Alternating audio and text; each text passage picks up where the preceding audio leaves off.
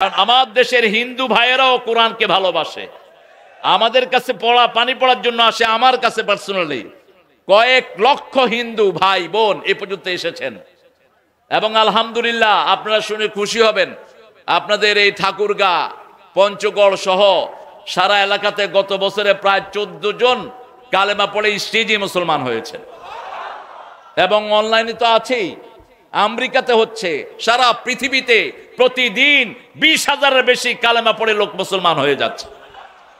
এজন্য কোরআন আছে যেখানে বরকত আছে, কোরআন নাই যেখানে বরকত নাই। যারা কোরআনের জন্য কোরবানি দিতে চায় না এরা হলো মুনাফিক। মুনাফিক কখনো শহীদ হতে চায় না। আপনারা কি শহীদ হতে চান? চান? কারা কারা হাত তুলে দেখায় দেন।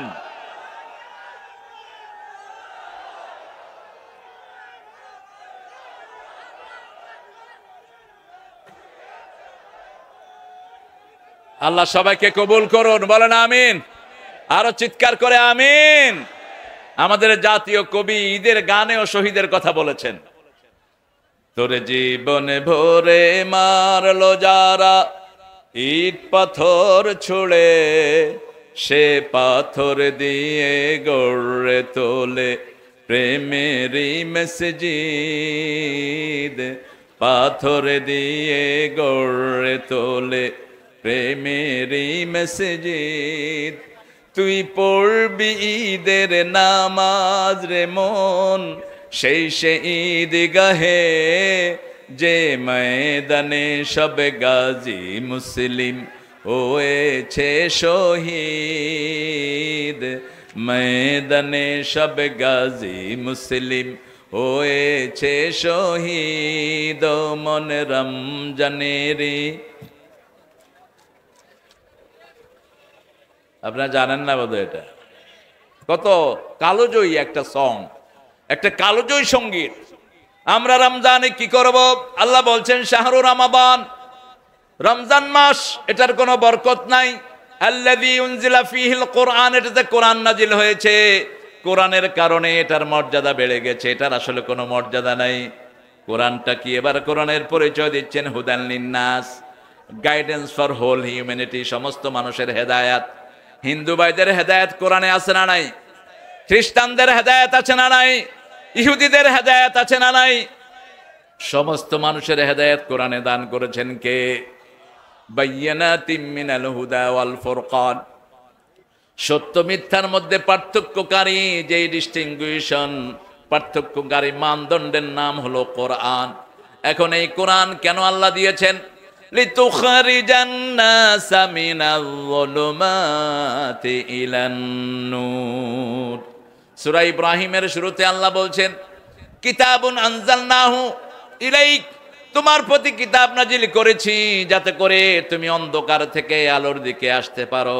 আমরা বললাম আলোর দিকে আসলে কি হবে? আল্লাহ বলছেন আল্লাহু ওয়ালিয়ুল্লাযীনা আমানু ইউখরিজুহুম মিনাল যুলুমাতি ইলান নূর ওয়াল্লাযীনা কাফারু আউলিয়াউহুমুত তাগুত ইউখরিজুনাহুম মিনান নূরি ইলাল যুলুমাত উলাইকা আসহাবুন নারি হুম ফিহা খালিদুন। আল্লাহ জাল্লা শানহু বলছেন যারা আমার ওলি, আমি তাদের ওলি, তাদের প্রথম শর্ত হলো ঈমান। আল্লাযীনা আমানু, আল্লাহু ওয়ালিয়ুল্লাযীনা আমানু, যারা ঈমান এনেছে আল্লাহ বলছেন আমি তাদের ওলি হয়ে গেছি, তারা আমার ওলি হয়ে গেছে। আল্লাহু আকবার। আমরা কার ওলি? কার ওলি? আল্লাহর ওলি। কোন পার্টিকুলার ওলি নেই আমার দেশে। কেউ কেউ বলেন আমি আল্লাহর ওলি। না, তুমি তোমাকে যদি আল্লাহর ওলি বলো তুমি কোরআনের খেলাফ কাজ করবা। কোরআন বলেছে লা তাযাক্কু আনফুসাকুম, তোমরা নিজেদেরকে নিজেরা বৈশিষ্ট্যমণ্ডিত করো না। আমি কার কত তাকওয়া আমি আল্লাহ সব ভালো জানি, ঠিক কি না? নিজেকে কখনো বলো না আমি এটা আমি সেটা, আমি কে আমি কু, না, এটা বলবা না কখনো। এই যে বলে অমুক অহংকার, এটাও কুফরি শব্দ। কোন মানুষ অহংকার হতে পারে না। অহংকারের মালিক একজন, তিনি কে? অহংকার আল্লাহর চাদর, আল্লাহ বলছেন যে অহংকার করে সে আমার চাদর নিয়ে টানাটানি করে। আল কিবরিয়া ও রিদাই ওয়াল ইজ্জাতু ইজারি, অহংকার হলো আমার চাদর আর ইজ্জত হলো আমার ভূষণ। এই দুইটার একমাত্র মালিককে। ইন্নামাল ইজ্জাতু লিল্লাহি জামিআ, আল্লাহ বলছেন ইন্নামাল ইজ্জাতু লিল্লাহি ওয়া লিরাসূলিহি ওয়া লিল মুমিনিন ওয়ালাকিন্নাল মুনাফিকিনা লা ইয়ালামুন। আল্লাহ বলছেন সূরা মুনাফিকের ভিতরে আসল ইজ্জতের মালিক আল্লাহ, তারপরে রাসূল, তারপরে মুমিনরা, কিন্তু মুনাফিকরা সেটা জানে না। মুনাফিকরা মনে করে যে দুনিয়ার কোনো পদ পাইলে আমার ইজ্জত বেড়ে গেল। না, দুনিয়ার পদ পেলে ইজ্জত বাড়ে না, ইজ্জত আরো কমে, ঠিক কি না? যেই দায়িত্ব আপনি নিয়েছেন এটা যদি সফলভাবে পালন করতে না পারেন, ইজ্জত কি হলো? কমে গেল। আর ইজ্জত বাড়ে কেমনে দেখেন, এই পৃথিবীতে যখন মানুষ নামাজ পড়ে সমস্ত মানুষেরাই মুমিনদের জন্য দোয়া করে, আসসালামু আলাইনা ওয়া আলা ইবাদিল্লাহিস সলিহিন। এই যে আমরা নামাজ পড়লাম, পৃথিবীতে যত মানুষ মসজিদে আসলো প্রত্যেকের জন্য দোয়া করলো। আবার যারা মসজিদে আসে সবার জন্য তারা দোয়া করে, রাব্বানা আতিনা ফিদ দুনিয়া হাসানাতাও ওয়া ফিল আখিরাতি হাসানাতাও ওয়া কিনা আযাবান নার। এই দোয়া সব নবীরা বেশি করতেন। রাসূল সাল্লাল্লাহু আলাইহি ওয়াসাল্লাম নিজেও এই দোয়া সবচেয়ে বেশি করতেন। এই দোয়াটা কেন করতেন? এই দোয়ার ভিতরে কোনো মানুষের নাম নাই, সমস্ত মানুষের জন্য দোয়া শেখাচ্ছেন কে? সূরা বাকারার 201 নম্বর আয়াতটিতে আল্লাহ বলছেন, রাব্বানা আতিনা ফিদ দুনিয়া হাসানা ওয়া ফিল আখিরাতে হাসানা। হে আল্লাহ, দুনিয়ার জীবনটা সুন্দর করে দেন, আখিরাতের জীবনটা সুন্দর করে দেন, আমাদের সবাইকে দেন, আমাদের সবাইকে জাহান্নামের আগুন থেকে বাঁচিয়ে দেন। এই মাহফিলগুলো হলো জাহান্নামের আগুন থেকে বাঁচার জন্য একটি জায়গা, ঠিক না বেঠিক? কোরআনের মাহফিল হলো জাহান্নাম থেকে বাঁচার জায়গা, আর জুয়ার আড্ডা হলো জাহান্নামে যাওয়ার জায়গা, ঠিক কিনা? ক্যাসিনো হলো জাহান্নামে যাওয়ার জায়গা। এই জন্য এই এলাকায় জুয়ার আড্ডা বসতে আমরা দেব না। রাজি আছেন মুসলমান? চেয়ারম্যান সাহেবদের সহযোগিতা আপনারা পাবেন। আমি তাহু ভাইকে, তারপর আমাদের বর্তমান চেয়ারম্যান সাহেব, উনি চেহারাতে আমি দেখছি অত্যন্ত অনেস্টির ছাপ আছে ওনাদেরকে সাথে করে নিয়ে জুয়া মানুষকে সর্বশান্ত করে দেয়, জুয়া মানুষকে পাগল বানায়, জুয়া মানুষের ব্রেন নষ্ট করে দেয়। গাঁজা যেমন ব্রেন নষ্ট করে, জুয়াও ব্রেন নষ্ট করে। জুয়া যখন কেউ খেলে তার ব্রেনের বুদ্ধিভিত্তিক সেলগুলো মারা যায়, তার ভিতর পশুত্ব কাজ করে। এই জন্য জুয়ারি তার মায়ের গায়ে হাত দিতেও একটু কুণ্ঠাবোধ করে না, তার বউকে বিক্রি করে ফেলে, ঠিক কিনা? আমি দেখেছি আটলান্টিক সিটিতে আমি প্রায় 9 মাস মসজিদে নামাজ পড়িয়েছি, জুমা পড়িয়েছি আরো বেশি। গত রমজানের আগের রমজানে তারাবি পড়িয়েছি আমি আটলান্টিক সিটিতে। আমেরিকার 2টি সিটি হলো সবচেয়ে বড় জুয়া সিটি, একটা হলো লাস ভেগাস আর একটা হলো আটলান্টিক। তো লাস ভেগাসে সবচেয়ে বেশি জুয়া হয়, আর তারপরে হলো আটলান্টিক সিটি। আমি দেখেছি সকালে ফজর পড়ে বেরিয়েছি, দেখি যে একটা মেয়েকে নিয়ে যাচ্ছে। তো আমি খুব কিউরিয়াস, আমি যখন কিছু দেখি আমি প্রশ্ন করি, hey where are you going, hold on, where are you going, যাচ্ছ কোথায়? I am going to sell this girl, আমি এই মেয়েরে বিক্রি করব। হোয়াট? তুমি এরে বিক্রি করবো? ওকে, ও আমার ওয়াইফ, আমি জুয়াতে হারছি, এরে বেচবো এখন। বাংলাদেশে এটা আছে না? কথা বলেন না কেন? তো জুয়া যারা খেলে এরা সমাজের সবচেয়ে নিকৃষ্ট লোক। জুয়া যারা খেলে এদের সম্পত্তিতে কোনো বরকত। জুয়া মানে হলো সর্বনাশ। যেমন সুদ মানুষকে ধ্বংস করে দেয়, তেমনি জুয়া মদ মানুষকে ধ্বংস করে দেয়। মদ লিভার নষ্ট করে। মদ্দার যদি একবার করোনা হয়, মদ্দা লোক কখনো আর ফেরত আসে না। যত লোকের, এই জন্য যে সমস্ত দেশে মদ বেশি সে দেশে করোনায় মরে। আমেরিকাতে মদ বেশি না কম? বেশি। সবচেয়ে বেশি মরছে কোথায়? কোথায়? তারপরে কোথায়? আপনাদের পাশের দেশে মদ আছে না?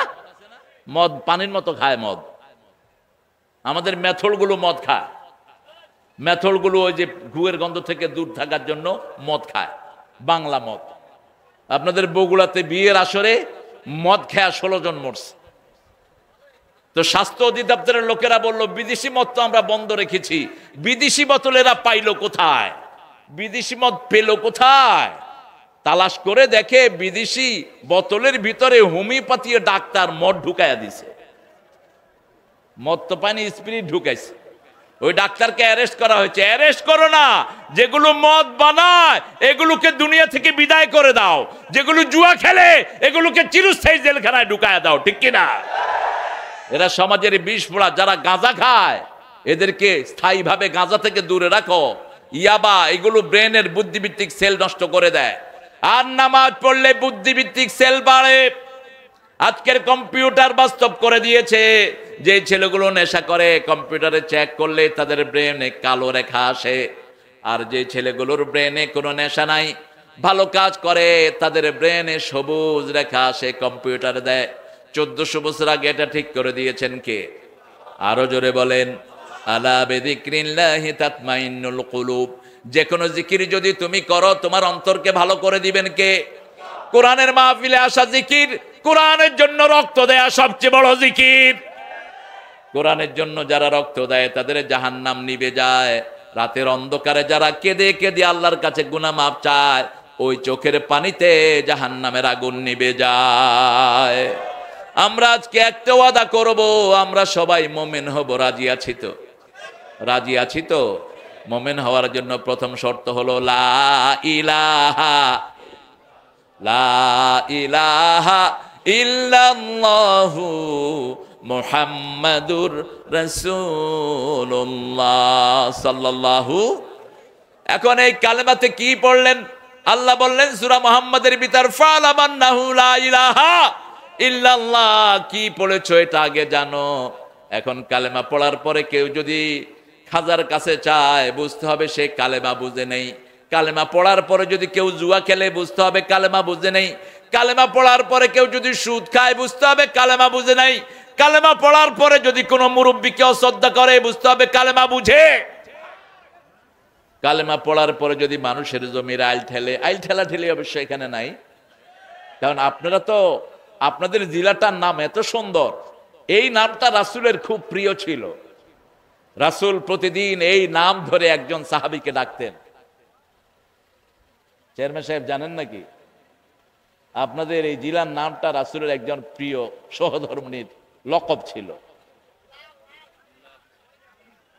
আপনাদের জেলার নাম কি? তো লালমণি বাদ দিলেন কেন? লালমণি মা আয়েশাকে ডাকতেন মুহাম্মদ সাল্লাল্লাহু। সুবহানাল্লাহ কইলেন না? হুমায়রার বাংলা হলো লালমণি। হুমায়রার বাংলা কি? লালমণি। আপনাদের কত সৌভাগ্য। রাসূল সাল্লাল্লাহু আলাইহি ওয়াসাল্লাম মা আয়েশাকে সবচেয়ে বেশি ভালোবাসতেন। এত বেশি ভালোবাসতেন, খাদিজাতুল কুবরা ভিন্ন। খাদিজাতুল কুবরার পরেই মা আয়েশাকে ভালোবাসতেন। মা আয়েশাকে ভালোবাসার কারণে রাসূলের নামাজের সামনে দিয়ে ওনার যাওয়ার অনুমতি ছিল, এতটা তিনি ভালোবাসা পেয়েছেন। এবং তায়াম্মুমের যে আয়াত, এটা আমরা মা আয়েশার কারণে পেয়েছি। মা আয়েশার চরিত্রের সার্টিফিকেট দান করেছেন কে? মা আয়েশার কোলে মাথা রাখা অবস্থায় রাসূলের উপর কোরআন নাজিল হয়েছে।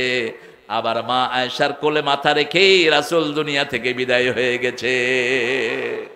রাসূল যেখানে শুয়ে আছেন ওটাও মা আয়েশার ঘর। কার ঘর? মা আয়েশার ঘর রাদিয়াল্লাহু আনহা। এই মা আয়েশার লকব ছিল লালমণি। লালমণি কি মণি? লালমণি। আপনাদের বিবিদেরকে আপনারা ডাকবেন লালমণি হিসাবে। লালমণি, লালমণি। বিবি কালো হোক, কিন্তু যদি কালো ডায়মন্ড ডাকেন বিবি খুশি হয়ে যাবে। রাসূল বিবিদেরকে সুন্দর সুন্দর নামে ডাকতেন। আর আপনাদের কেউ কেউ ডাকে পেতনি করে। পেতনি, তুই পেতনি না, ও তো পেতনি হয়েছে তোমার কারণে। তো তোমার ছেলেদের খেদমত করতে করতে রূপ যৌবন সব চলে গেছে, ঠিক কিনা?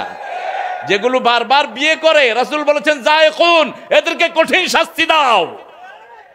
এক মেয়ের হক আদায় করতে পারে না, শুধু মেয়ে দেখলেই পাগল হয়ে যায়, এরকম পঁচালো কাছরা নাই।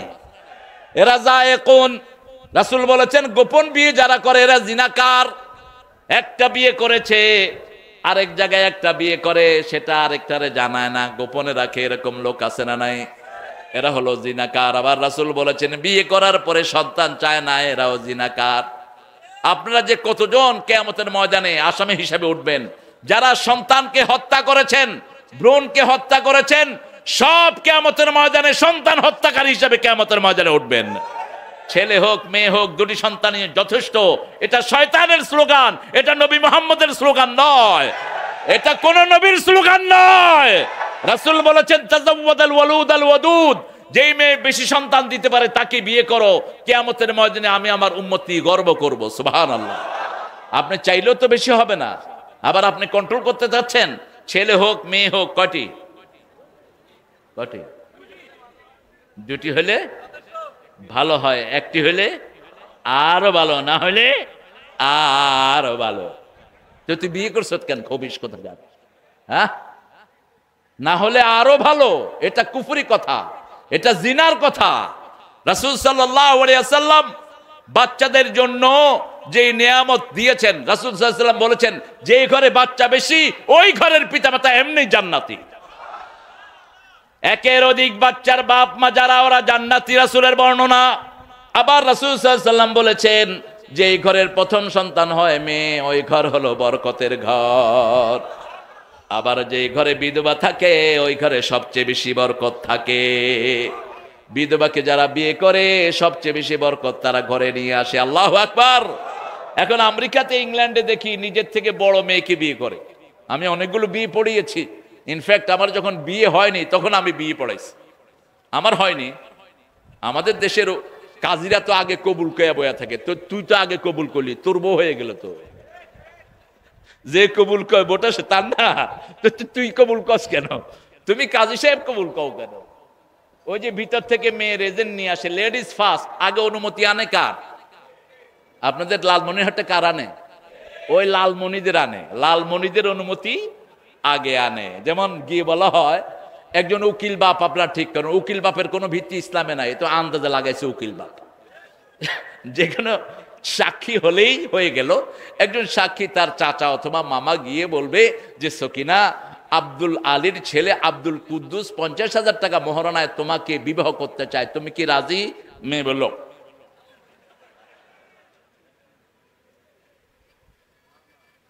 মুখ ভার করে আছে। তখন আবার জিজ্ঞেস করে, বলো তুমি রাজি? বুঝতে হবে সে রাজি, বুঝতে হবে সে কি রাজি। আর যদি না এসব আব্দুল মুদ্দুল্লাহ আমি বিয়ে করুম না, এসব আব্দুলের সাথে আমার কোনো সম্পর্ক, আপনি তারা জোর করে বিয়ে দিতে পারবেন না, নিষেধ, আপনি জোর করতে পারবেন না। মা ফাতেমাকে জোর করেন নাই, মুহাম্মদ সাল্লাল্লাহু বুঝিয়েছেন, ও ফাতেমা তোমার জন্য বহু প্রস্তাব এসেছে, কিন্তু আমার সাহাবীদের মধ্যে সবচেয়ে ভালো যোদ্ধা, সবচেয়ে ভালো যোদ্ধা, সবচেয়ে বড় কবি দেয়ানে আলী, তিনি লিখেছেন এত মোটা বই, কবিতার বই, গজলের বই। এখন তো আমাদের দেশের কবিরা কি লিখবে বেদিশা হয়ে যায়। কবি ছিলেন কবি নজরুল, ঠিক না বা ঠিক? কবি ছিলেন কবি আল মাহমুদ, কবি ছিলেন কবি রুমি ফেরদৌসি, এরা ছিলেন কবি শেখ সাদি, ছিলেন কবি বালাগাল উলা বিকামালিহি কাশাফাদ দুজা বিজামালিহি হাসুনাত জামিউ খিসালিহি সাল্লু আলাইহি ওয়া আলিহি। আবার আমাদের নজরুল লিখছেন ত্রিভুবনের প্রিয় মোহাম্মদ,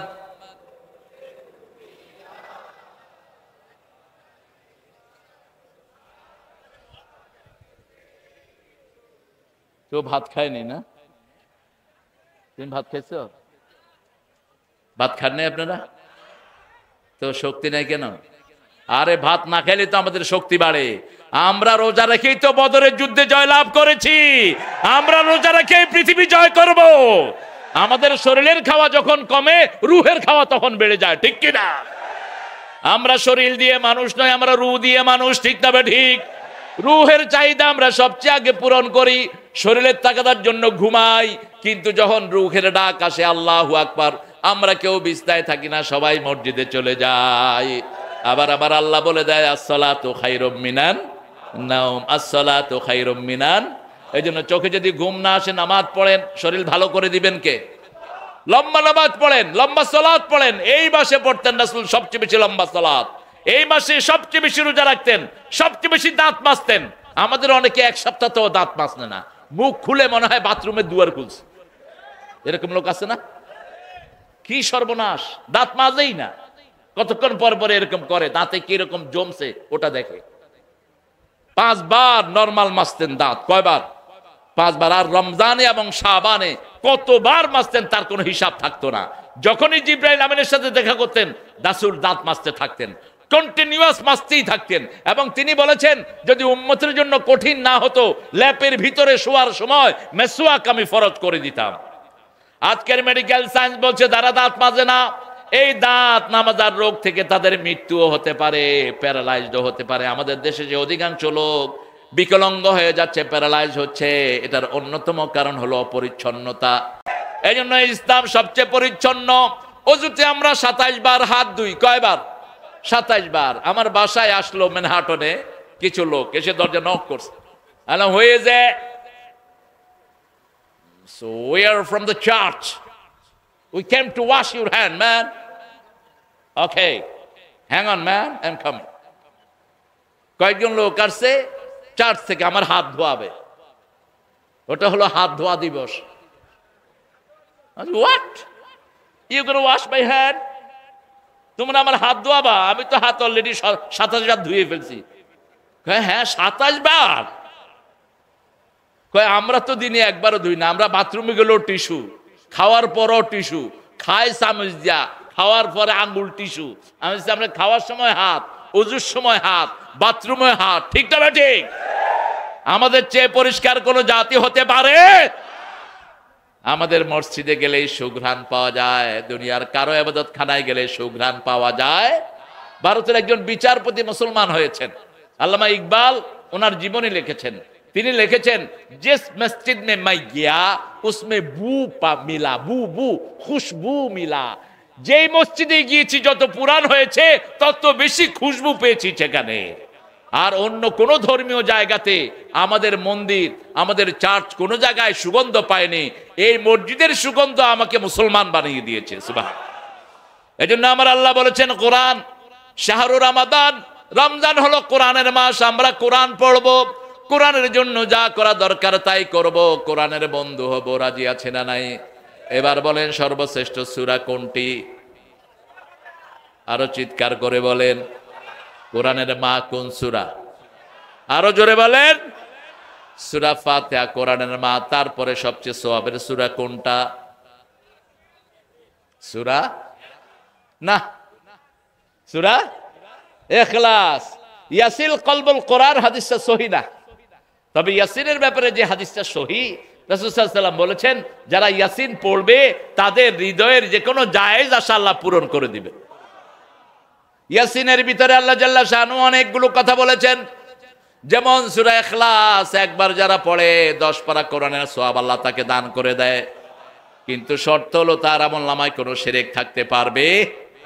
এখন আমরা মুমিন হব, মুমিন হওয়ার জন্য সর্বপ্রথম দরকার লা ইলাহা, দ্বিতীয় দরকার হলো রাসূলের মুহাব্বত। দ্বিতীয় দরকার কি? রাসূলের মুহাব্বত। রাসূলকে যারা, রাসূলের বিরোধীদের সাথে আমাদের কোনো সম্পর্ক থাকতে পারবে? আমরা যদি জীবনও দিতে হয় রাসূলকে ইজ্জত রক্ষার জন্য জীবন দিতে রাজি আছি না নাই? হাত তুলে দেখান মুসলমান।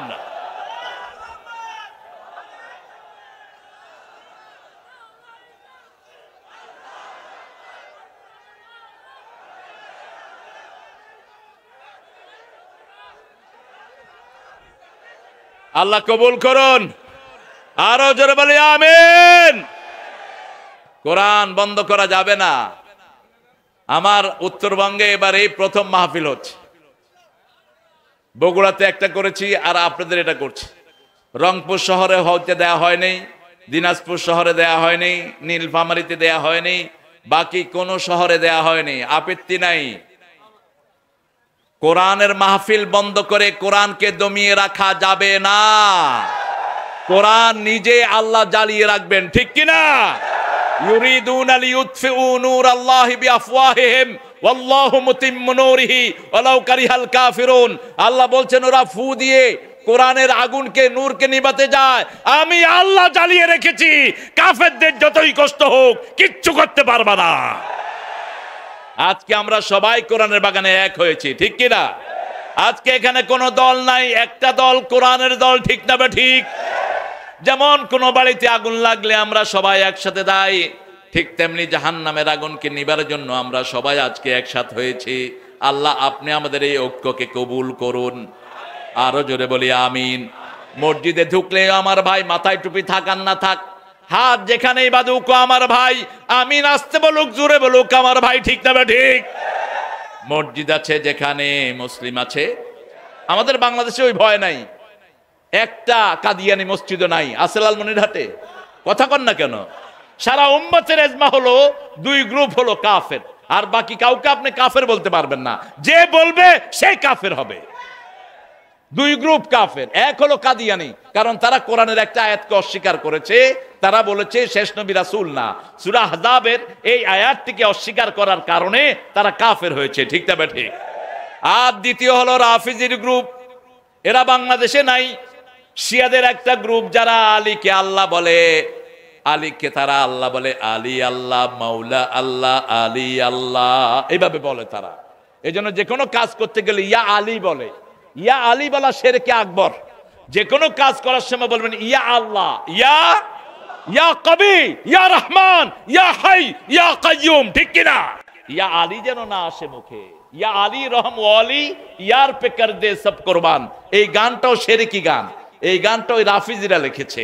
এই দুই গ্রুপ ছাড়া বাকি কাউকে আপনি কাফের বলতে পারবেন না। ওরা আমার ভাই, হয়তো কিছু ভুল আছে, ঠিক না ঠিক?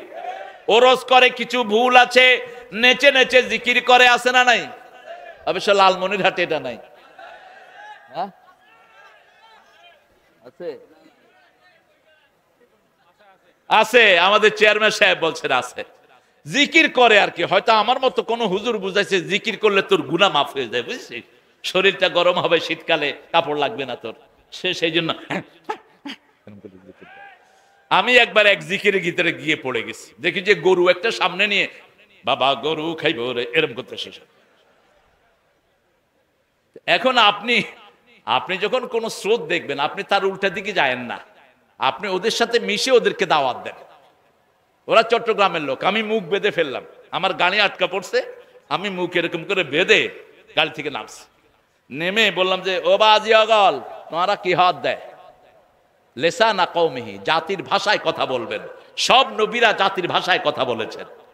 আমি যখন বলছি তোমরা কি হাত দেয়, তারা খুব খুশি হয়েছে। তারা গান হইতে, কি গান? বাবা গরু খাইব রে, বাবা খড়ে আছে রে। আমি একটু তাল দিলাম, কয় বাবা মরি গিয়ে গই, তে মরা বাড়া কেন্ডিল্লা গরু খাইব রে, কয় বাবার নামে আরা খামু দে। দেখছেন অবস্থা? বাপের নামে হেরা খাবে। আচ্ছা আমি বললাম ওকে, তো তোমরা খাইবা না? আচ্ছা, তো তোমরা নামাজ পড়ছো না বাজি? ফজর পড়ছো না? ন ফজর ন পড়ি, জোহর ন আসর ন কোনো নামাজই পড়ে না। কলাম বাজি তোমার বাপ খড়য়া, আর বাপ মরে গিয়ে গই, ইবা হন, কইবা আল্লাহর ওলি। সে আল্লাহর ওলি, কোন ওলিকে বাপ ডাকা ইসলামে জায়েজ? বাপ ডাকা এসেছে আমার হিন্দু ধর্ম থেকে, ঠাকুর বাপ ঠাকুর মা খ্রিস্টান থেকে এসেছে, ফাদার এবং মাদার, এটার সাথে আমাদের কোনো সম্পর্ক। বরং রাসূল বলেছেন কেউ যদি নিজের আব্বা ছাড়া অন্যকে আব্বা ডাকে সে জাহান্নামী, জাহান্নামী, জাহান্নামী। প্রায় 6টা হাদিস বুখারী মুসলিমের। কেউ যদি নিজের বাপকে ছাড়া অন্যকে বাবা বলায়, জাহান্নামে সে তার জায়গা ঠিক করে নিল। বাবা হওয়া এত সহজ না, ঠিক কিনা? অত্যন্ত কঠিন জিনিস বাবা। রাসূল সাল্লাল্লাহু আলাইহি ওয়াসাল্লামকে আল্লাহ বলছেন সূরা আহজাবের 6 নম্বর আয়াত, উদউহুম লিআবাহিম, কোন সন্তানকে যখন ডাকবা বাপের নাম ধরে ডেকো, বাপের নামটা লাগিয়ে দিও সাথে।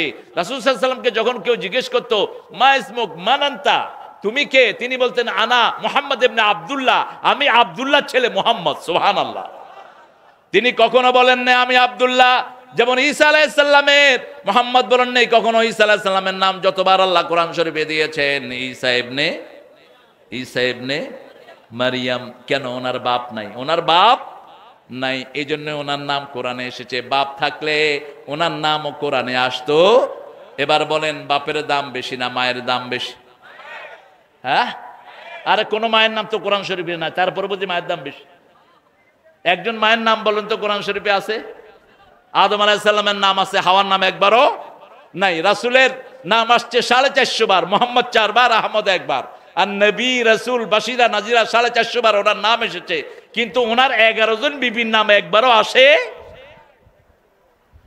হক বেশি মায়ের, কিন্তু সম্মান বেশি বাপের। এক বাপ 4 মা রাখতে পারে, কিন্তু 1 মা 4 বাপ রাখতে পারে না। ইসলাম কত ব্যালেন্স দেখেন, কেন পারে না?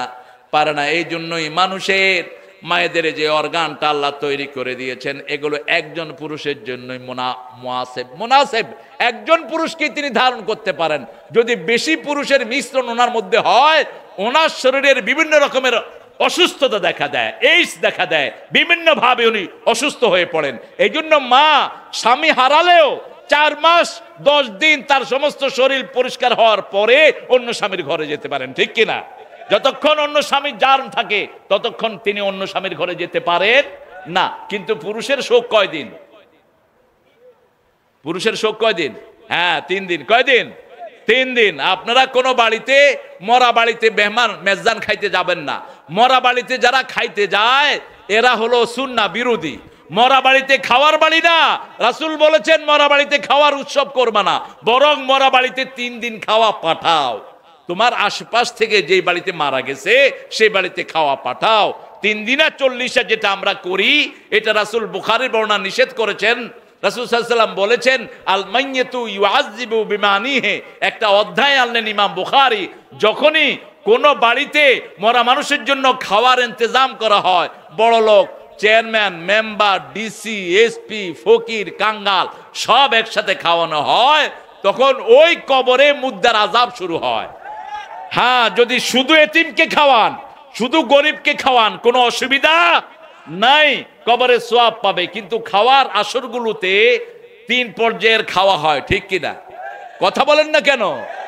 এক পর্যায়ে হলো সমাজের সব বিত্ত শ্রেণীরা বসে, সব নামি দামি, আসছি হাইম দে, আমরা আসছি একটু ভালো করে খাবো। আরেক পর্যায়ে বসে আর একটু নিচে, এরপরে কাঙালি ভোজ। এটা হারাম হারাম হারাম। 3 দিন আর 40 আর কোনো আয়োজন করতে পারবেন? গরিব মানুষকে গোপনে খাওয়া দেন, খুশি হবেন কে? একটা নদী করে দেন, খুশি হবেন কে? একটা টিউবওয়েল গেলে দেন, যত মানুষ পানি খাবে, খুশি হবেন কে?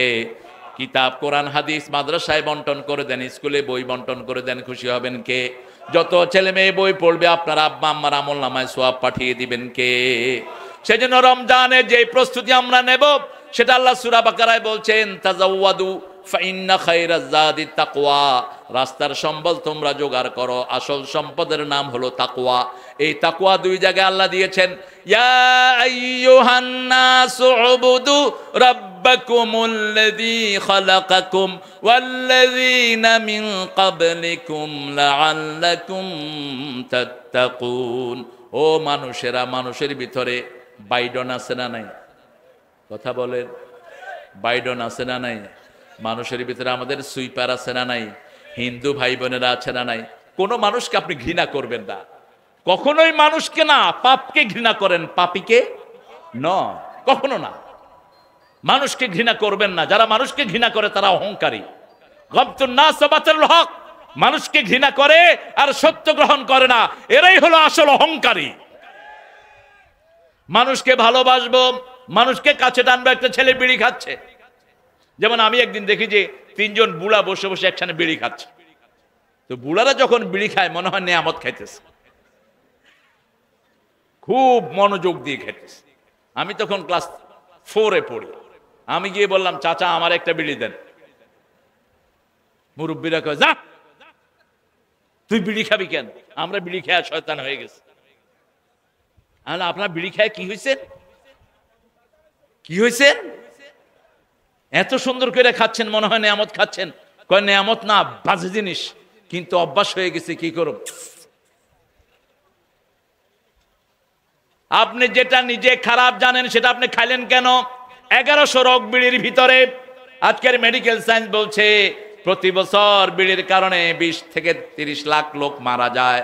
যারা বিড়ির সাথে জড়িত সবাই কিয়ামতের ময়দানে আসামির কাঠগড়ায় উঠবেন। যেমনি জন্ম নিয়ন্ত্রণ যারা করেছেন এরা আসামির কাঠগড়ায় উঠবেন।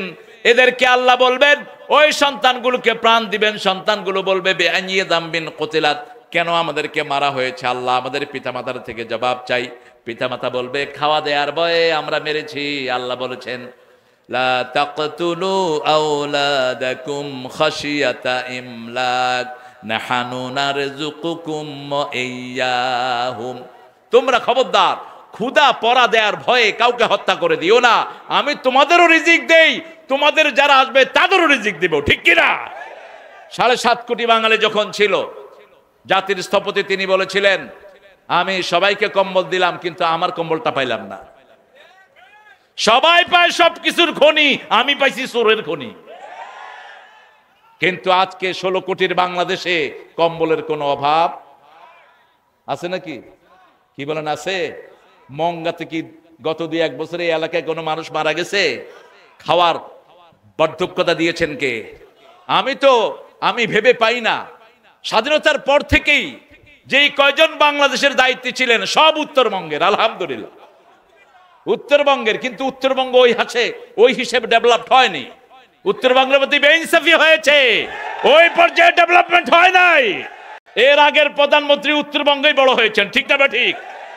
আর আমাদের প্রয়াত প্রেসিডেন্ট হুসাইন মোহাম্মদ এরশাদ, আল্লাহ তাকে মাফ করে দিক, তিনার বাড়ি কোথায়? তবে তিনি একটা কাজ করেছেন, এত রাস্তা এর আগে ছিল না, তিনি সর্বপ্রথম বেশি রাস্তা করেছেন, ঠিক কিনা? আমি আস্তে আস্তে চিন্তা করলাম, এই 3 জনেরই আসল বাড়ি হলো উত্তরবঙ্গ, কিন্তু উত্তরবঙ্গের উন্নয়ন কোথায়? উত্তরবঙ্গের উন্নয়ন আরো বেশি হওয়া দরকার, ঠিক না ঠিক? এই 4 লাইনের রাস্তা আরো আগে হওয়া দরকার ছিল। উত্তরবঙ্গের মতো অল্প পয়সায় দুনিয়ার কোনোখানে চলা যায় না, এত অল্প জিনিসের দাম পৃথিবীর কোনো জায়গাতে। আমি রাস্তা দিয়ে যাচ্ছি, দেখি যে কলা নিয়ে বসে আছে। আমি বললাম, বাজি কত? কয়, কত দিবেন আপনি? আমার ড্রাইভারকে নামাইলাম, দেখতো কলা কত? কয়, স্যার কলা 10 টাকা বলতেছে। তো আমি মনে করছি আলি 10 টাকা। কয়, না, ওই ছড়া 10 টাকা। হ্যাঁ, ওখানে কলা হবে অন্তত 50টা। কলই যাও, যাও, টাকা দেয়া লাগবে না, যাও, আমি কলা বেচছি, এটা আছে, নিয়ে যাও। এখন ড্রাইভার বসে আছে, ড্রাইভারও কইলাম যে 50 টাকা দিয়ে, কয় না, টাকা লাগবে না, কলা নিয়ে যাও। আপনি পৃথিবীর কোথায় পাবেন? আমেরিকাতে একটা কলার দাম হলো $1.5। একটা কলা $1.5, তাও আমাদের বাংলাদেশের ফালাইনা দেওয়া কলা।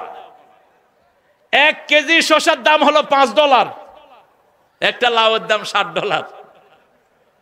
আর বাংলাদেশে গরুও খায় লাউ। জাপানে 1 কেজি মূলার দাম বাংলাদেশি টাকার 800 টাকা। আর বাংলাদেশের গরুও মূলা খায় না। গরুরে দিলে গরুয়ে কয়, আমি খাবো না। কি নিয়ামতের দেশ, সুবহানাল্লাহ বলবেন না? এই নিয়ামত কে দিয়েছেন?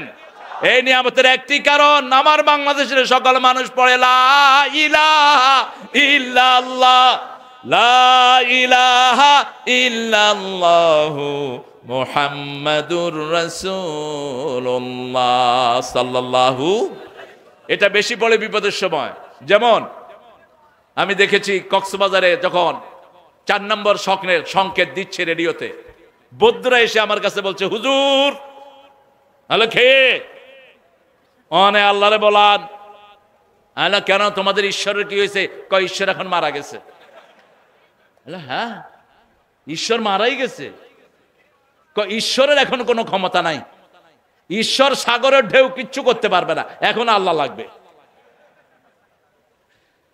এখন আমারে বলতেছে আজান দেন।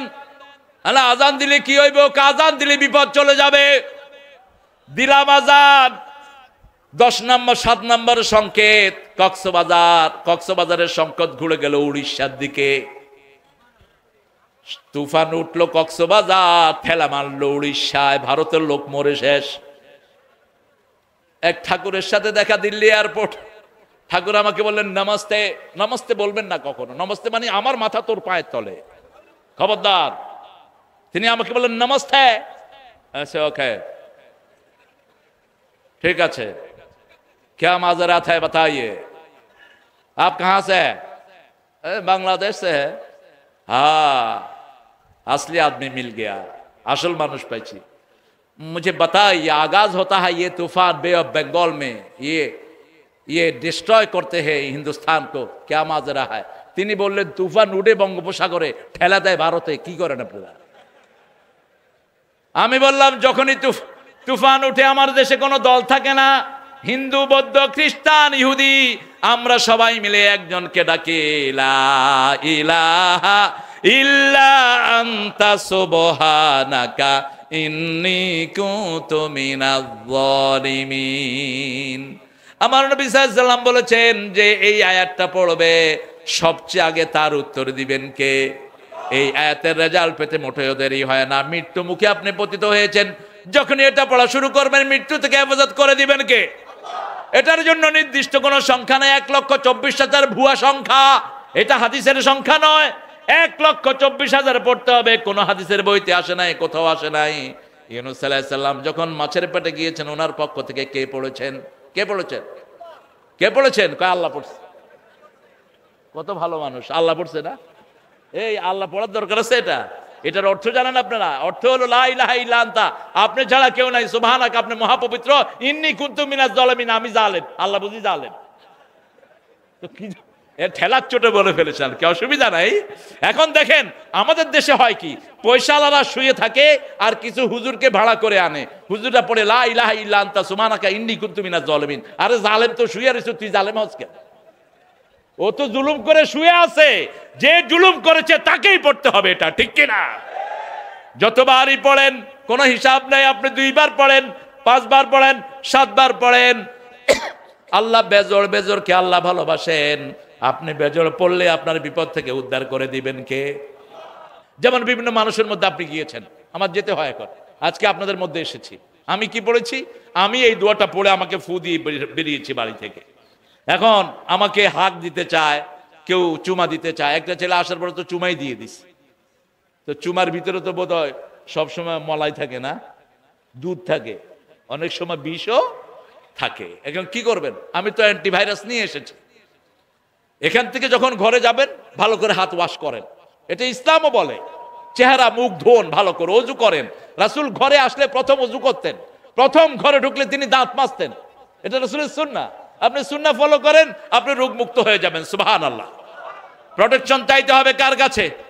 আল্লাহর কাছে চাইতে হবে। সে আল্লাহ বলছেন তোমরা তাকওয়ার লেবাস পরো, তাকওয়ার লেবাসের জন্য ইবাদত। আমরা বললাম ইবাদত কি? আল্লাহ বলছেন ইবাদতের মাথা হলো নামাজ। ইন্নানি আনাল্লাহু লা ইলাহা ইল্লা আনা ফা'বুদনি ওয়া আকিমিস সালাতা লিযিকরি। নিশ্চয় আমি আল্লাহ, আমি ছাড়া তোমাদের কোনো ইলাহ নাই, আমার ইবাদত করো। আমরা বললাম কি করব? আল্লাহ বললেন নামাজ কায়েম করো, আমার জিকির প্রতিষ্ঠিত হয়ে যাবে। আজকে আমরা ওয়াদা নেব নামাজ ছাড়বো না। রাজি আছেন না নাই? একটু আল্লাহকে হাত তুলে দেখান, বলেন হে আল্লাহ, আপনার নামে কসম খাচ্ছি জীবনে আর কোনোদিন ফরজ নামাজ, ফরজ রোজা, ফরজ পর্দা, ফরজ কোরআন মানা ছেড়ে দেব না। আমিন ইয়া রাব্বাল আলামিন। হাতগুলো নামাই। কেন কোরআন পড়বেন? মৃত্যুর পরেই মাটি চাপ দিতে আসে, রাসূলের সহিহ হাদিস। মাথার কাছে কোরআন বসে থাকবে, ডান পাশে হাত, ডান হাতের কাছে নামাজ বসে থাকবে, বাম হাতের কাছে যাকাত, পায়ের কাছে সদকা। চারদিক থেকে মাটি চাপ দিতে আসে, যে কোনো মানুষের মাটি চাপ দিতে আসে, শুধু নবী আলাইহিস সালাম ছাড়া। আর যাদের জন্য জান্নাত আগে ঘোষণা হয়েছে তারা ছাড়া বাকি সবার জন্য মাটি ছোট হয়ে আসে। যখনই মাথার কাছ থেকে মাটি আসবে কোরআন দাঁড়িয়ে যাবে, খবরদার এদিক থেকে এসো না। দিন রাত 24 ঘন্টা এই লোকটা কোরআন তেলাওয়াত করেছে। আল্লাহু আকবার। মুখস্থ যে সূরাগুলো আছে এগুলো তেলাওয়াত করেন। রাসূল বলেছেন 100 আয়াত যে দাঁড়িয়ে তেলাওয়াত করবে গাফেলদের মধ্যে তার নাম লেখা হবে না। 400 আয়াত যে তেলাওয়াত করবে নেককারদের মধ্যে আল্লাহ তার নাম লিখে দিবেন। 1000 আয়াত যে তেলাওয়াত করবে মুতাকাদ্দিমিনদের কাতারে আল্লাহ তার নাম লিখে দিবেন। এগুলো পড়া কোনো কঠিন ব্যাপার নয়। সূরা ফাতিহা যদি 100 বার পড়েন 700 আয়াত হয়ে যায়। সূরা ইখলাস যদি 100 বার পড়েন 400 আয়াত হয়ে যায়। কয়শো? 400 আয়াত হয়ে যায়। আজকে থেকে কোরআনের বন্ধু হব। রাজি আছেন তো? কে কে রাজি দেখি? আল্লাহ হাতগুলো কবুল করেন। এই জন্যই তো উত্তরবঙ্গে বরকত এত বেশি। আল্লাহ উত্তরবঙ্গে বরকত যে কত বেশি, আলহামদুলিল্লাহ। উত্তরবঙ্গের লোকেরা খাওয়ায়ও বেশি, দেয়ও বেশি। আমাকে একজন খাওয়াইতে 5 পদ নিচে তরকারি, আচ্ছা কয়জনের জন্য নিছেন? আপনি আর আমি খামো। মানে আপনি এত খান? না হুজুর আপনার জন্য নিছি। এটা হলো শরাফত। মুসলমানদের শরাফত হলো ঘরে মেহমান আসলে যা আছে দিবেন। আর অন্য ধর্মের লোকদের শরাফত হলো ঘরে আসলে কিছু দেয় না, যাওয়ার সময় কয় আজকে খেলেন না, আরেকদিন কিন্তু ছাড়বো না।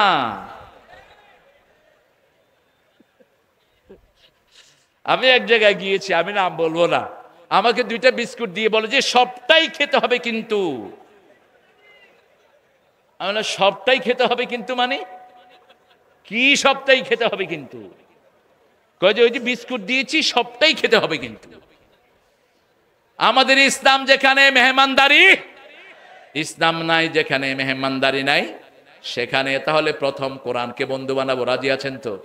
বন্ধু বন্ধুর কথা বুঝতে হবে। যেমন আপনারা আমার কথা বুঝছেন এই জন্য বসে আছেন। এতক্ষণ যদি আমি ইংরেজিতে বকবক করতাম, hey Bravo I came here to teach you Quran, would you help me man, how is your family, how is your Bravo, আপনার কোন যে কি নিয়ে আসছে একটা এরকম করতেছে কেন? আমিও প্রথম ইংল্যান্ডে গিয়ে এরকম করছি। এটা বগর বগর করে কেন এরকম? আপনি ভাষাটা বুঝেন না। কোরআনের ভাষা বুঝতে হবে। সহজ করেছেন কে? একটু চেষ্টা করলেই বুঝবেন। প্রথম 10টা সূরা, যেই 10টা সূরা, শেষ 10টা সূরা যদি আপনি মুখস্থ করেন, অর্থ সহ যদি বুঝেন, আপনি কোরআনে 30% বুঝে যাবেন, 40% বুঝে যাবেন। কোরআনে অধিক ব্যবহৃত শব্দের পরিমাণ অনেক বেশি। কোরআনকে বন্ধু বানান। যেমন জাতীয় কবি বলতেন, যেন কানে শুনি সদা তোমার কালাম, হে খোদা চোখে যেন দেখি শুধু কোরআনের আয়াত, শুনো আমার মুনাজাত, শোনো শোনো ইয়া ইলাহি আমারি মুনাজাত, শোনো আমারি মুনাজাত। আল্লাহ কবুল করুন। তাহলে প্রথম কোরআনের বন্ধু কার বন্ধু? যে কোনো একটা সূরাকে বন্ধু বানান। সূরা ইখলাসকে বন্ধু বানান, আপনি জান্নাতি হয়ে যাবেন। রাসূলের একজন সাহাবী রাসূল দেখলেন উনি বারবার সূরা ইখলাস পড়ছে। রাসূল সাল্লাল্লাহু আলাইহি ওয়াসাল্লাম বললেন যে সূরা ইখলাসকে বন্ধু বানাবে সে জান্নাতি হয়ে যাবে। শর্ত হলো শিরক করা যাবে। কুল হুয়াল্লাহু আল্লাহুস, আল্লাহ থাকেন কোথায়? কোথায় থাকেন? আরশ আযমের উপরে, আলাল আরশ, আলাল আরশ, আরশের উপরে। আরশ কোথায়? ওকানা আরশু আলাল মা, 7 আকাশের উপরে বিশাল সাগর আছে। বাংলাদেশের সাগরের চেয়ে 1000 কোটি বড় সাগর। সেই সাগরের উপরে হলো আল্লাহর আরশ। সুবহানাল্লাহ। সেই আরশের উপরে থাকেন কে? আল্লাহ। কত বড় বলেন তো, কত বড়? রাসূল বলেছেন আল্লাহ কত বড় এটা তোমরা বুঝবা না। তবে আল্লাহর হাতে যদি 7 আকাশ 7 জমিন রাখা হয়, 7টা সরিষা জানার চেয়ে ছোট মনে হবে। আরো আস্তে কোন সুবহানাল্লাহ। আল্লাহ থাকেন কোথায়? আরশের উপরে। আমরা চাইবো কার কাছে? চাওয়ার সময় আকাশের দিকে তাকাবেন না, এটা বেয়াদবি। নিচের দিকে তাকাবেন, হাত উপরে, চোখ নিচে। চোখ নামাজের সময় আকাশে তাকাবেন না, নিষেধ। রাসূল নিষেধ করেছেন, চোখ অন্ধ হয়ে যেতে পারে। যেমন রাসূল নিষেধ করেছেন ডান হাতে তোমাদের লজ্জা ধরবা না, লজ্জাস্থানের দিকে তাকাবা না, নিজেরটার দিকেও না, অন্যেরটার দিকেও না। তাকালেই চোখের জ্যোতি কমে যাবে। রাসূল সাল্লাল্লাহু আলাইহি ওয়াসাল্লাম আরো বলেছেন, তুমি তোমার মেহমানকে সম্মান করো, প্রতিবেশীকে সম্মান করো, হোক সে হিন্দু বৌদ্ধ খ্রিস্টান যাই হোক, প্রতিবেশীকে সম্মান করো। প্রতিবেশীকে সম্মান যে করে না সে মুমিন না। প্রতিবেশী হৃদয়ের পাশাপাশি, হোক সে ভিন্ন ধর্মী ভিন্ন ভাষাভাষী, প্রতিবেশী হৃদয়ের পাশাপাশি। এজন্য কোরআনে আল্লাহ বলছেন তোমরা মানুষকে খাওয়াবা। উহিল্লা লাকুমুত তাইয়্যিবাত কুলু মিনাত তাইয়্যিবাত ওয়া আমালু সালিহা, তোমাদের জন্য সব ভালোকে আমি হালাল করে দিলাম। হালাল খাও আর ভালো ভালো আমলগুলো তোমরা করো। কোরআনের জন্য কোরআনের বন্ধু হব, কোরআনের দুশমনদেরকে ভালোবেসে বুঝাবো। আর তারপরেও যদি কেউ আমার কোরআনকে আক্রমণ করে, আমাদের হাতকে আমরা কোথাও ইজারা দেব না।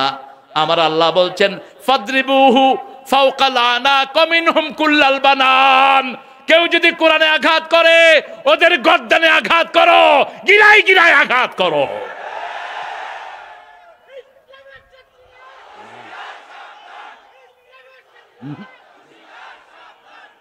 এখানে শত্রু নাই, এখানে আমরা বন্ধু। আরে কি মুশকিল, না দুশ্মন নাই এখানে।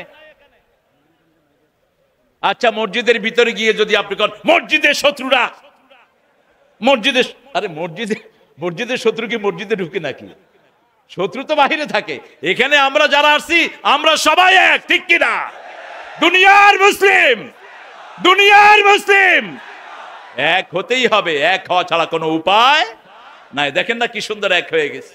এখানে আমার যে অন্য ভাইয়েরা আসছে তাদেরকেও আমরা ভালোবাসবো, তারাও কালেমা পড়ে ফেলবে, ঠিক কিনা? যেমন গত ঈদের আগের ঈদে নিউ ইয়র্কে ঈদের নামাজ পড়াচ্ছি আমি, নামাজ শেষে একজন সাদা চামড়ার মেয়ে এসে কালেমা পড়ে মুসলমান হয়ে গেছে। অনেক লম্বা ঘটনা। তো মুসলমান হওয়ার পরে তিনি বলছেন, would you like to change my name? I said, do you want to change your name? তিনি আমাকে বললেন, আপনি কি আমার নাম বদলাবেন? I said, তোমার নাম যদি ভালো হয় বদলানোর দরকার নাই। What's your name? Susie. Okay, Susie, if you want to change it, you can change it. I will name you. How old are you? আমি বললাম তোমার বয়স কত? বললো আমার বয়স 40। আমি বললাম তোমার নাম খাদিজা। বলছে who is Khadija? Who was Khadija? He said Khadija was the lady who will open the paradise door fastly. মহিলাদের মধ্যে সর্বপ্রথম যিনি জান্নাতের দরজা খুলবেন তিনার নাম হলো আমার মা খাদিজা। রাসূল যে মেয়ের জন্য সবচেয়ে বেশি কেঁদেছেন সেই মায়ের নাম হলো খাদিজা, যেই খাদিজাকে আল্লাহ নিজে সালাম দিয়েছেন, যেই খাদিজার প্রশ্নের উত্তর আল্লাহ নিজে জবাব দিয়ে দিয়েছে। আমাদের মায়েরা খাদিজার জীবনী পড়েন। মা খাদিজা মক্কার সবচেয়ে ধনী মহিলা, মক্কার সবচেয়ে রূপসী মহিলা, মক্কার সবচেয়ে পবিত্র মহিলা। সারা আরবের মধ্যে ওনার লকব ছিল তহেরা। কি ছিল? মোস্ট পিউরেস্ট ওয়ান, সবচেয়ে পবিত্র তহেরা। সেই তহেরা রাসূল সাল্লাল্লাহু আলাইহি ওয়াসাল্লামকে ওনার কর্মচারী ছিলেন আল্লাহর হাবিব আল আমিন। বিয়ে করার পর থেকে একদিনও নাম ধরে ডাকেন নাই, আল আমিন বলে সম্বোধন করেছেন। রাসূল সাল্লাল্লাহু আলাইহি ওয়াসাল্লাম বলেছেন, আমি তখনও নবী হইনি, যখন বাহিরে যেতাম ঘরে আসলেই দেখতাম আমার তহেরা রাস্তা ওই যে দরজার পাশে দাঁড়িয়ে আছে আমার অপেক্ষায়। আমি দরজাটা নক করলেই তাহেরা দরজাটা খুলে দিত। আমি বলতাম তাহেরা আপনি ঘুমান না? তিনি জবাব দিতেন, আপনি যতক্ষণ আসেন না দরজাকে বিছনা বানায় আমি দাঁড়িয়ে থাকি। আপনি ডাকলেই যদি বেয়াদবি হয়ে যায় সেজন্য একটা ডাকের সাথে আমি দরজা খুলে দেই। কখনোই মা খাদিজাকে ছাড়া রাসূল খেতেন না, আবার রাসূলকে ছাড়া মা খাদিজা খেতেন না। প্রথম লোকমা নিয়ে রাসূল সাল্লাল্লাহু আলাইহি ওয়াসাল্লাম মা খাদিজার মুখে ঢুকিয়ে দিতেন, অন্য বিবিদের মুখেও ঢুকিয়ে দিতেন। আর আমরা যা করি, আমরা নিজেরা পেট ভরে খাই, ঘরের মেয়েদের খবরও রাখি না। পাতিলার শেষে যা থাকে খেলে খেলো, না খেলে উপাস পড়ে থাকে, আসরা নাই। অথচ প্রথম খাওয়াটা মায়ের মুখে দিতেন মুহাম্মদ সাল্লাল্লাহু আলাইহি ওয়াসাল্লাম। আবার মা খাদিজা মা আয়েশা বলছেন রাসূল সারিদ পছন্দ করতেন। আমি সারিদ রেঁধেছি, গোস্তের ছোট্ট ছোট্ট টুকরা করে ঝোল বেশি করে দিয়ে সারিদ রেঁধেছি রুটি দিয়ে চুবিয়ে খাওয়ার জন্য। রাসূল প্রথম টুকরাটা চুবিয়ে আমার মুখে দিলেন, আমার মুখে ময়লা লাগলো, ওই ময়লা মুখে আমি পানি পান করলাম, গ্লাসে একটু দাগ পড়লো, রাসূল ওই গ্লাসটা নিলেন, দেখলাম ওই আমার ময়লা জায়গায় মুখ লাগিয়ে পানি খাচ্ছেন রাহমাতাল লিল আলামিন। বিবির কি খেদমত আপনি করেছেন, বিবির কি খেদমত আপনি করেন, সন্তানের কি খেদমত আপনি করেন। রাসূল সাল্লাল্লাহু আলাইহি ওয়াসাল্লাম ওনার 4টা বাচ্চা, 2টা ছেলে, মোট 3টা ছেলে, 4টা মেয়ে ছিল, সবগুলোর খেদমত রাসূল নিজে করেছেন। ওদের কাপড় ধোয়া থেকে শুরু করে সব, ওদেরকে গোসল করানো থেকে রাসূল সাল্লাল্লাহু আলাইহি ওয়াসাল্লাম বলেছেন খেয়ারকুম ইলা নিসাইকুম, তোমাদের মধ্যে সবচেয়ে ভালো ওই মানুষ যে বিবিদের কাছে ভালো, আমি আমাদের বিবিদের কাছে সবচেয়ে ভালো। যৌতুক তো আপনাদের উত্তরবঙ্গে নাই আশা করি, হ্যাঁ? আচ্ছা যৌতুক খারাপ না কুত্তার ঘু খারাপ? সবচেয়ে খারাপ কি? আরো চিৎকার করে বলেন। কুত্তার ঘু খাইলে আপনার কিছুক্ষণের জন্য মুখ নাপাক থাকবে, কিন্তু আপনি কিয়ামতে জিনাকার হিসাবে উঠবেন না। যারা যৌতুক খায় কিয়ামতে জিনাকারের কাতারে তারা উঠবে। ওই মেয়েটাকে আল্লাহ মাফ করে দিবে, তুই কিয়ামতের কাতারে জিনার কাতারে উঠবি, জিনাকারদের কাতারে। রাসূল সাল্লাল্লাহু আলাইহি ওয়াসাল্লাম বলেছেন, যদি লোহার আংটি দিয়ে হয় বিবিকে মোহরানা দাও। মুহাম্মদ সাল্লাল্লাহু রাখে বাকি, বাকির নাম তো ফাঁকি রাখো কেন? কোন জিনিস বাকি থাকে তোমার বিয়ে করার? হ্যাঁ, স্বর্ণের দিক থেকে আপনি মোহরানা কাটতে পারেন, এটা হাদিসে আসছে। আপনি কিছু স্বর্ণ দিলেন, মোহরানা কাটেন, আরো কিছু জিনিস দিয়েছেন আপনি মোহরানা, কোনো সমস্যা নাই। কিন্তু মোহরানা আপনাকে ধার্য করতে হবে। আপনার টাকা নাই, আপনি কোরআন শরীফ শিখাবেন, এটা আপনার মোহরানা হতে পারে। সুবহানাল্লাহ। রাসূলের কাছে কেউ আসলে তিনি তাকে ফেরত দিতেন না। একজন গরিব সাহাবী এসে বলছেন, ইয়া রাসূলুল্লাহ বিয়ে করব। বলছে পয়সা আছে? কয় না, পয়সা করি নিয়ে হাত পা চাইতে আছে। মোহরানা কি দিবা? চিন্তায় পড়ে গেলেন। কি জানো? 10টা সূরা জানি। তোমার মোহরানা হলো 10টা সূরা, তোমার বিবিকে তুমি শিক্ষা দিবা। মোহরানা ছাড়া বিয়ে করা জায়েজ? জায়েজ। আর বিবিকে যদি মারেন আপনি জাহান্নামী হবেন। বিবির ওই জায়গা কিয়ামতের ময়দানে সুপারিশ করবে আল্লাহর কাছে। বিবির গায়ে হাত দেয়া যাবে না, বিবিকে আদর করতে হবে। রাসূল সাল্লাল্লাহু আলাইহি ওয়াসাল্লাম মারা তো দূরের কথা, গালিও দিতে নিষেধ করেছেন মুহাম্মদ সাল্লাল্লাহু আলাইহি ওয়াসাল্লাম। আমাদের হুজুররা বলে হালকা করে মারতে হবে। হালকা করে কি? মেসওয়াক দিয়া পায়ের তলায় মারতে হবে। তো মেসওয়াক যদি এরকম মোটালো, এক হুজুর বলতেছে আমাকে যে হুজুর মারা তো নিষেধ, যদি বালিশ দিয়ে চাইপে ধরি। কত বড় অসভ্য দেখে। তো বালিশ দিয়ে চেপে ধরলে তো নিঃশ্বাস বন্ধ হয়ে মারাই যাবে, আপনি তো অঙ্গহানি করতে পারবেন না। মেয়েরা ঘরের বরকত। মেয়েদেরকে যত আদর করবেন তত আপনার বরকত আসবে ঘরে। বিবিকে যত আদর করবেন তত বরকত আসবে।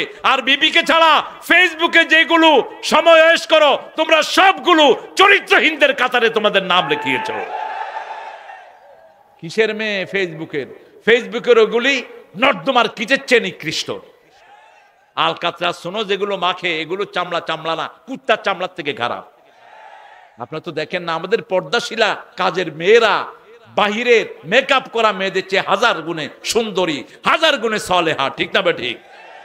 সেজন্য আমার বিবিকে কিভাবে রাখবো? আমার কোরআন বলেছে বিবির সাথে নামাজে দাঁড়াও, নফল নামাজ, বিতরের নামাজ বিবিকে সাথে নিয়ে পড়ো।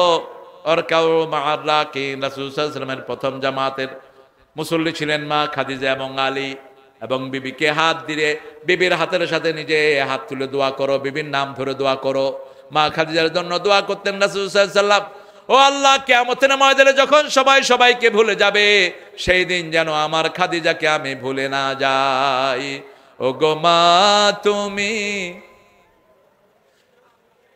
ও জানে তো দেখি, হ্যাঁ জানে তো দেখি, বলেন ও গো মা তুমি এই ধরনের শ্রেষ্ঠ নেয়ামত, তোমারই পদ তলে রয়েছে জান্নাত। এই পৃথিবী থাকতো গো ফুল পাখিহীন, এই পৃথিবী থাকতো গো মায়া মোহহীন, যদি না পেত মায়ের মায়ারে হাত, যদি না পেত মায়ের মায়ারে হাত। ও গো মা তুমি এই ধরনের শ্রেষ্ঠ নেয়ামত, তোমারই পদ তলে রয়েছে জান্নাত। রমজানের প্রস্তুতি, প্রথম কোরআন পড়বো। কি কয় রাকাত তারাবি পড়বেন? দেখি 20 টাকাদের পক্ষে কয়জন?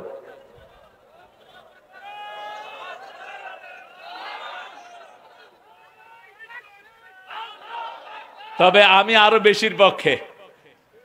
রাসূল সাল্লাল্লাহু আলাইহি ওয়াসাল্লামের কিছু সাহাবী রাদিয়াল্লাহু আনহু 42 টাকাত পর্যন্ত তারাবি পড়তেন। আমাদের দেশে বেশিটা কয় না, শুধু কমটার দিকে আছে। আর 8 রাকাত যদি পড়েন, প্রতি রাকাতে 50 আয়াত করে, রুকুতে 50 আয়াত সমান, সেজদায় 50 আয়াত সমান। তার মানে অধিকাংশ সময় রাসূল 8 রাকাত পড়তেন। ফজর হতো, সেহরির সময় হতো। চেক করবেন যারা 8 রাকাত পড়ে ওই সময় নিয়ে পড়ে কিনা। হ্যাঁ পড়েন। ইসলাম কোয়ান্টিটি না কোয়ালিটি চায়, ঠিক কিনা? আমাদের তারাবিগুলো আলহামদুলিল্লাহ 20 রাকাত যে আমরা ইমামের পিছনে পড়ি, আমাদের হৃদয়ে শান্তি লাগে। ঠিক না বেঠিক? কোরআনটা শুনি, 30 পারা কোরআন শোনা হয়ে যায়। এটা হলো সাইয়েদনা ওমর ফারুকের সুন্নাত। কার সুন্নাত? সাইয়েদনা ওমর ফারুক। রাসূল বলেন আলাইকুম সুন্নতি ওয়া সুন্নাতিল খুলাফায়ে রাশিদিন আল মাহদিয়িন আদু আলাইহা বিন নওয়াজিজ। তোমাদের জন্য 4 খলিফার সুন্নত দিয়ে গেলাম, আমার সুন্নত দিয়ে গেলাম। দাঁতের শেষ মাড়ির দাঁত হলেও এগুলোকে কামড়িয়ে ধরো, যত বেশি তত সওয়াব বেশি, ঠিক কি না? এক রাকাতে কমসে কম 750 রাকাতের সওয়াব। একটা রমজান পাওয়া মানে সারা জীবনের নামাজের কাফফারা হয়ে যাওয়া। আল্লাহ বলেছেন ইউদাইফ লাহু লিমান ইয়াশা, যার জন্য খুশি তাকে আরো বাড়িয়ে দিবেন কে? 2 নাম্বার, রমজানে কমসে কম 10 জন লোকের কাছে পৌঁছাবো লা ইলাহা ইল্লাল্লাহু। অমুসলিম 10 জনের বাড়িতে ইফতার নেন, আপনার পাশে 10টা বেনমাজি, ওকে ইফতারি খাওয়ান, ওরে আস্তে আস্তে করে নিয়ে আসেন। আমি ইংল্যান্ডে আমার প্রতিবেশী একটা শুটকি শিরা খাওয়াইছি, শুটকির ঝোল খাওয়ায় ওরে মসজিদে নিয়ে গেছি। 2 দিন শুটকির ঝোল খায়া ও কয় যে কি স্বাদ, তুমি এটা বানাও কেমনে? বললাম যে ওই যে তুই নাক ধরস ওইটাই সেটা। শুটকি তো গন্ধ হয় না, গন্ধ হয়, ও নাক ধরে। তা আমি নাক ধরছ তো তোরে খাওয়াবো এটা। 2 দিন খাওয়াইছি, 3য় দিনকে আমি তোমার সাথে মসজিদে যাব। সুবহানাল্লাহ কইতে ইচ্ছা করে না? খাওয়ার এত বরকত। রাসূলকে জিজ্ঞেস করা হলো আইয়ুল ইসলামে খায়র, বুখারী মুসলিমের বর্ণনা। ইসলামের সবচেয়ে ভালো কাজ কোনটি? রাসূল সাল্লাল্লাহু আলাইহি ওয়াসাল্লাম বলেন ইতআমুত তুআম, মানুষকে খাওয়ানো। তারপরে কোনটি? বিররুল ওয়ালিদাইন, পিতামাতার খেদমত। তারপরে কোনটি? আল জিহাদ ফি সাবিলিল্লাহ, আল্লাহর রাস্তায় জিহাদ করা। সুবহানাল্লাহ। আবার বলেছেন আইয়ুল ইসলামে খায়র, ইসলামের সবচেয়ে ভালো কাজ কোনটি? রাসূল সাল্লাল্লাহু আলাইহি ওয়াসাল্লাম বললেন সবচেয়ে ভালো কাজ হলো নিজের বিবির জন্য, সন্তানের জন্য পয়সা খরচ করা। আল্লাহু আকবার। 2 নাম্বার পিতামাতার খেদমত করা। 3 নাম্বার আল জিহাদ ফি সাবিলিল্লাহ। এই যে সিরিয়াল করে দিলেন। আবার রাসূল মদিনায় গিয়ে 4টা কথা বললেন, ইফশাউস সালাম, আতিআমুত তুআম, সাল্লু ফিল লাইলি ওয়ান নাসু নিয়াম, তাসিলুল আরহাম, তাদখুলুল জান্নাতা বিসালাম। তোমরা প্রত্যেককে সালাম দাও, মানুষকে বেশি করে খাওয়াও, যাতে যখন মানুষ ঘুমায় তোমরা তখন নামাজে দাঁড়াও, আত্মীয়তার সম্পর্ক জোড়া লাগাও, আল্লাহর জান্নাতে তোমরা প্রবেশ করে যাও। আমরা ফরজগুলো মসজিদে পড়বো, সুন্নত নফলগুলো ঘরে পড়বো, তারাবি মসজিদে পড়বো, ঠিক আছে তো? কথা কর না কে? সবচেয়ে বেশি প্রতিযোগিতা হবে কে কত বেশি পড়তে পারি, কে কত লম্বা পড়তে পারি, ঠিক কিনা? কে কত সূরা মুখস্থ করতে পারি, কে কত সূরার অর্থ জানতে পারি, এটার প্রতিযোগিতা করব। কে বলছেন? আল্লাহ বলছেন তাহলে মহামারী ঠেকিয়ে দিবেন কে? আমাদেরকে হেফাজত করবেন কে? মনে রাখবেন বাংলাদেশ এমন একটা জমিন, এই জমিনকে কোনো ইসলাম বিরোধী গ্রাস করতে পারবে? কারণ আমাদের জীবনে, আমাদের শরীরে রক্ত থাকতে আমরা ইসলামের বিরুদ্ধে কোনো জিনিস সহ্য করব? ইসলাম আছে যেখানে আমরা আছি, কোরআন সুন্নাহ যেখানে আমরা আছি। মসজিদ বাড়লেই তো মুসল্লি বাড়ে, ঠিক না? ঠিক। এখন এতগুলো মসজিদ, একটাতেও জুমায় জায়গা হয় না। সারা পৃথিবীতে মসজিদ বাড়ছে, তার মানে আগামীর পৃথিবী ইসলামের পৃথিবী, আগামীর পৃথিবী কোরআনের পৃথিবী, আগামীর পৃথিবী সুন্নাহর পৃথিবী। আমরা যেখানে যাই আলহামদুলিল্লাহ, এই যে আজকে আপনাদের এখানে আসলাম, নিউ ইয়র্কে যেখানে যাই এরকম সমাবেশ, মসজিদে যাই ইমামতি, আরবদের মসজিদ। আমি গত রোজার আগের রোজা ম্যানহাটনে নামাজে গেলাম, আরবরা টানাটানি করছে সামনে ইমামতির জন্য। এটা কোনো ইংলিশ টিচারকে করবে না, কোন ফিজিক্সের টিচারকে করবে না, এটা কোরআনের টিচারকে করবে, ঠিক কিনা? যেমন কাবা শরীফের ইমাম যদি ঢাকায় আসে, আমাদের ইমাম কি ইমামতি করবে? করবে? আব্দুর রহমান আস-সুদাইস, আমি ইস্ট লন্ডনে যেই মসজিদে ইমামতি করেছি ওখানে তিনি এসেছেন। এখন আদব কি? ওখানে ওনাকে ইমামতি ছেড়ে দেয়, এটাই আদব, ঠিক না? ঠিক। অন্য কোন কিতাব পড়লে মর্যাদা নাই, একটা কিতাবে মর্যাদা। খায়রুকুম মান তাআল্লামাল কুরআনা ওয়া আল্লামা, তোমাদের মধ্যে সর্বশ্রেষ্ঠ ওই মানুষ যে নিজে কোরআন পড়েছে, অন্যকে কোরআন শিক্ষা দিয়েছে। যতটুকু পারি শিক্ষা দেব, আমাদেরকে শ্রেষ্ঠ করে দিবেন কে? তাহলে প্রথম কোরআনের বন্ধু হবে, 2 নম্বরে নামাজ, 3 নম্বরে সদকা, 3 নম্বরে কি?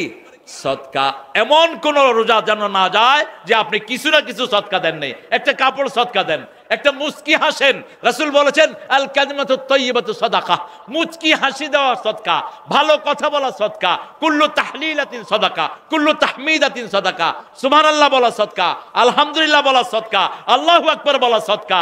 কাউকে কিন্তু সাহায্য করা, একজন হিন্দু ভাই হাঁটছে, তার হাত থেকে ব্যাগ নিয়ে তাকে সাহায্য করেন, এটাও সদকা, সুবহানাল্লাহ।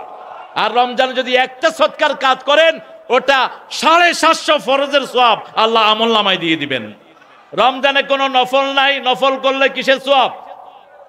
কিসের সওয়াব? ফরজের সওয়াব। সালাম দিবেন নফল সওয়াব, কিন্তু রমজানে দিলে দেখবেন ফরজের সওয়াব হয়ে গেছে।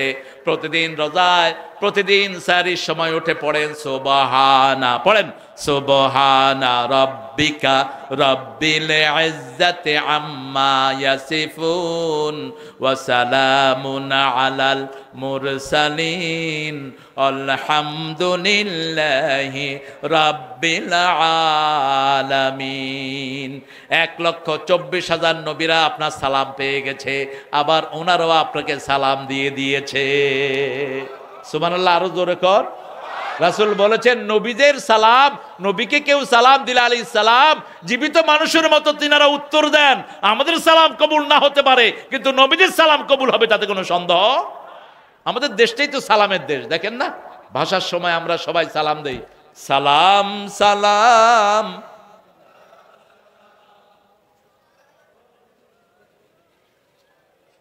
বলো, জানো না? অত্যন্ত সুন্দর কথা, কিন্তু অসুন্দর হয় কখন? যখন হারমোনি লাগে, যখন বেটা বেটি একসাথে হয়, তখন একটু অসুন্দর হয়ে যায়, কিন্তু কথাগুলো সুন্দর। সালাম সালাম হাজার সালাম, শহীদ স্মৃতি স্মরণে আমার হৃদয়।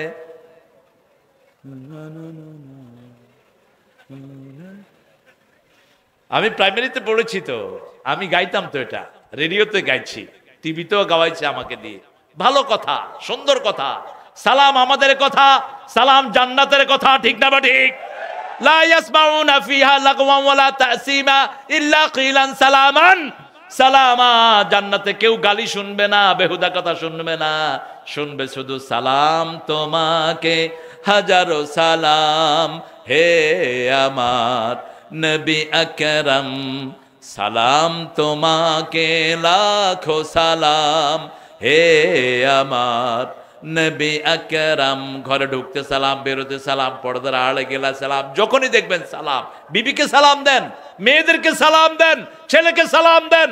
রাসূল সাল্লাল্লাহু আলাইহি ওয়াসাল্লামের আগে কেউ ওনাকে সালাম দিতে পারে? আমরা টুপি মাথা দিলেই আমরা চাই যে সালাম যেন আমাকে দেয়। অনেক লোকে বলে, এই তুই কাজ ছেলে রে, তুই সালাম দিলি না, তো তুমি টুপি মাথায় দিচ্ছ, তুমি কেন দিলা না আগে সালাম? যে আগে টুপি মাথায় দিবে সে আগে সালাম দিবে, ঠিক কিনা? রাসূল বলেছেন যে আগে সালাম দেয় সে অহংকার মুক্ত হয়, তার মর্যাদা বেড়ে যায়, আল্লাহ রাব্বুল আলামিন তার উপর রহমতের বৃষ্টি নাজিল করেন। আপনি আগে সালাম দিবেন, আপনার মেয়েকে সালাম দেন। আমার তাহুবার 5টা মেয়ে, আলহামদুলিল্লাহ বলেন। বিবি খুব ভালো একটা পরিবার, আল্লাহ কবুল করুক। আপনাদের যাদের মেয়ে, আপনারা কি মন খারাপ করেছেন? মেয়ে বেশি হলে বরকত বেশি। মেয়েকে আল্লাহ নূর বলেছেন, কোন ছেলেকে নূর বলেন নেই। রাসূলের 2 মেয়েকে বিয়ে করেছেন একজন সাহাবী, উনি নূরাইন, নূরের মালিক হয়ে গেছেন। কোন সাহাবী, পুরুষ সাহাবী নূরের মালিক হন নাই, কোন ছেলে নূরের মালিক হয়নি। সেজন্য আমার আল্লাহ বলছেন, তোমরা তোমাদের ঘরগুলোকে হেফাজত করো, হাফিজু আলাস সালাওয়াতি ওয়াস সালাতিল ওয়াসতা ওয়া কুমু লিল্লাহি কানিতিন। তোমরা তোমাদের নামাজগুলোকে হেফাজত করো, তোমাদের পরিবারকে হেফাজত করো। লা তাজাহারু জিনাতাকুম, ডোন্ট এক্সপোজ ইউর বিউটিনেস। মেয়েদের সৌন্দর্যকে তোমরা প্রকাশিত করো না। তাহলে প্রথম কোরআনের বন্ধ হবে, 2 নম্বরে নামাজ, 3 নম্বরে সদকা, 4 নম্বরে বাচ্চাদের নিয়ে প্রতিদিন মুনাজাত। বাচ্চাদের নিয়ে প্রতিদিন কি মুনাজাত? প্রতিদিন মুনাজাত। 5 ওয়াক্ত নামাজে বাচ্চাগুলোকে নিয়ে মসজিদে যাবে। ছোট ছোট বাচ্চা 7 বছর মসজিদে নিয়ে যাবে। আমাদের দেশে কিছু মুরব্বী আছে, বাচ্চা মসজিদে দেখলে মেজাজ খারাপ হয়। খবরদার, খবরদার, এই মেজাজ বস্তা বাঁধা মেজাজ বাইরে, মসজিদের বাইরে ফেলে আসবা। রাসূল সাল্লাল্লাহু আলাইহি ওয়াসাল্লাম ছোট বাচ্চাকে কোলে নিয়েও মসজিদে এসেছেন। এখন তো আমাদের বাচ্চাদের পরা ডাইপার থাকে, কি থাকে? ডাইপার থাকে, ও পেশাব পায়খানা করে ভরে ফেললেও বাহিরে আসার কোনো উপায়, একদম ক্যাপসুলের মতো হয়ে থাকে। রাসূল ছোট বাচ্চাকে কোলে করে নামাজে দাঁড়িয়েছেন, রেখে রুকু সেজদা করে আবার কোলে তুলে নিয়েছেন। আবার রাসূল সেজদা গিয়েছেন, রাসূলের ঘাড়ের উপর হুসাইন বসা ছিলেন, রাসূল উঠেন নাই। যতক্ষণ হুসাইন নামেন নাই রাসূল সেজদায় পড়েছিলেন। উঠার পরে সাহাবায়ে কেরাম জিজ্ঞেস করলেন, ইয়া রাসূলুল্লাহ এত লম্বা সেজদা দিলেন? রাসূল সাল্লাল্লাহু আলাইহি ওয়াসাল্লাম বললেন, আমার ঘাড়ে হুসাইন বসা ছিল, আমি তাকে উঠাতে চাইনি, এজন্য সেজদা লম্বা করে দিয়েছি। বাচ্চাদেরকে নিয়ে মোনাজাত করবেন। ৫ম নম্বর, প্রতিদিন প্রতিবেশীর খবর নিবেন, প্রতিবেশীকে